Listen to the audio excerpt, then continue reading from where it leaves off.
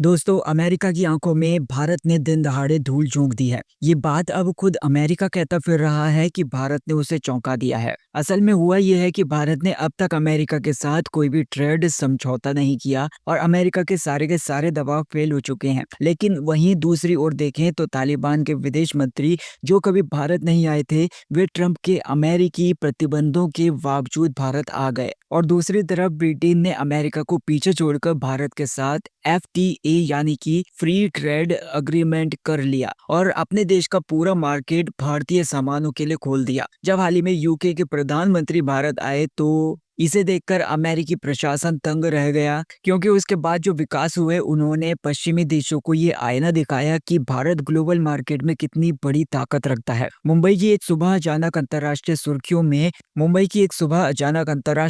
में तब बदल गई जब ब्रिटेन के प्रधानमंत्री कीयर स्टारमर का जहाज भारत के एयरपोर्ट पर उतरा। चारों ओर ब्रिटिश झंडे लहरा रहे थे, कड़ी सुरक्षा थी और भारतीय मेहमान नवाजी अपने चरम पर दिख रही थी। ऐसा लग रहा था कि मानो इतिहास के पन्ने पलट रहे हों। ये केवल औपचारिक दौरा नहीं था, बल्कि एक ऐतिहासिक पल था जब ब्रिटेन, जिसने कभी भारत पर सैकड़ों साल राज किया, हमारी धरती को लूटा, आज अपने आर्थिक अस्तित्व के लिए भारत के दरवाजे पर हाथ जोड़कर खड़ा है। स्टार्मर की मुस्कुराहट में आत्मविश्वास कम और राहत की सांस ज्यादा दिख रही थी। ब्रेग्जिट के बाद ब्रिटेन की अर्थव्यवस्था डगमगा गई थी और भारत अब उसके लिए वो मजबूत सहारा बन गया जिसे पकड़कर फिर से वो खड़ा होना चाहता है। ब्रिटिश प्रधानमंत्री के साथ 100 से ज्यादा उद्योगपति और बिजनेस लीडर्स आए थे। ये कोई साधारण डेलीगेशन नहीं था, बल्कि ये उम्मीद और विश्वास का प्रतीक था कि भारत से व्यापार ही ब्रिटेन को बचा सकता है। जो ब्रिटेन कभी भारत को लूटता था, आज भारत से व्यापार की भीख मांग रहा है।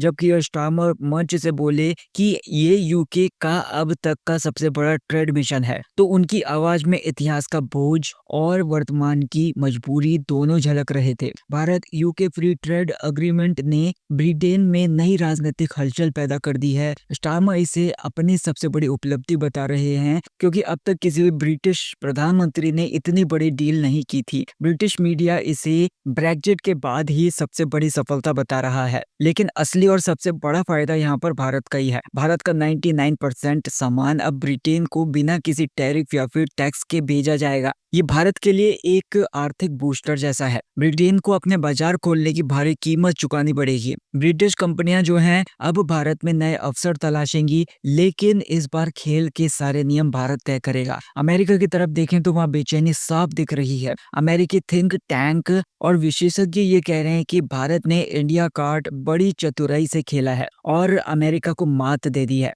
जो भारत कभी अमेरिकी उद्योग के लिए बड़ा बाजार था, अब वही भारत ब्रिटेन के साथ 0% टैरिफ की शानदार डील कर रहा है। वॉशिंगटन में चर्चा है कि भारत की नई साझेदारियों से अमेरिका की पकड़ ढीली पड़ रही है और उसका प्रभुत्व कम हो रहा है। भारत अब ग्लोबल ट्रेड का नया केंद्र बनता चला जा रहा है और अब ये जो बात है वो अमेरिका के आर्थिक अहंकार को झकझोर रही है। कोई भी सुपर पावर ये नहीं सह सकती कि दुनिया का सबसे बड़ा उपभोक्ता बाजार अब उनके इशारों पर ना चले। ब्रिटेन के प्रधानमंत्री भारत से डील साइन करके अपने देश में हीरो बनना चाहता है, लेकिन असली विजेता भारत ही है। अगर भारत ने यहाँ पर हार नहीं कही होती तो ये पूरा दौरा केवल दिखावा बनकर रह जाता। अब सत्ता के समीकरण पूरी तरीके से बदल चुके हैं। कभी भारत ब्रिटेन से अनुमति मांगता था, आज ब्रिटेन भारत से अवसर मांग रहा है। मुंबई में उतरते ही स्टार्मर को ये महसूस हुआ कि ये वही भूमि है जहां से ईस्ट इंडिया कंपनी ने भारत को लूटना शुरू किया था। लेकिन आज ये सिचुएशन पूरी तरीके से उलट गई है। अब नियम भारत के हैं, खेल भारत का है, मैदान भारत का है और फैसले भी भारत के ही हैं। ब्रिटिश प्रधानमंत्री के साथ British Airways, London stock exchange, British telecom जैसी कंपनीज के CEO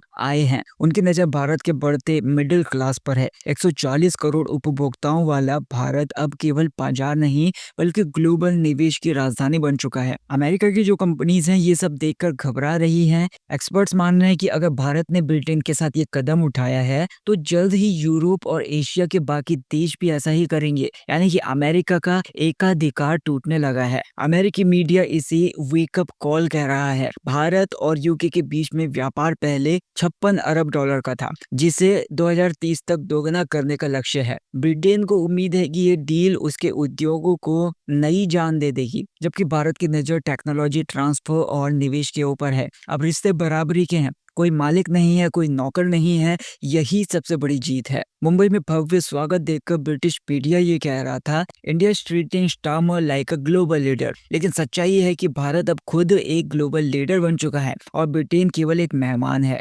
ब्रिटेन के लिए ये यात्रा केवल एक व्यापार नहीं है, बल्कि अस्तित्व की लड़ाई है। ब्रेग्जिट के बाद उसका बाजार सिकुड़ गया है, महंगाई बढ़ गई है, रोजगार घटे हैं, निवेशक भाग गए हैं।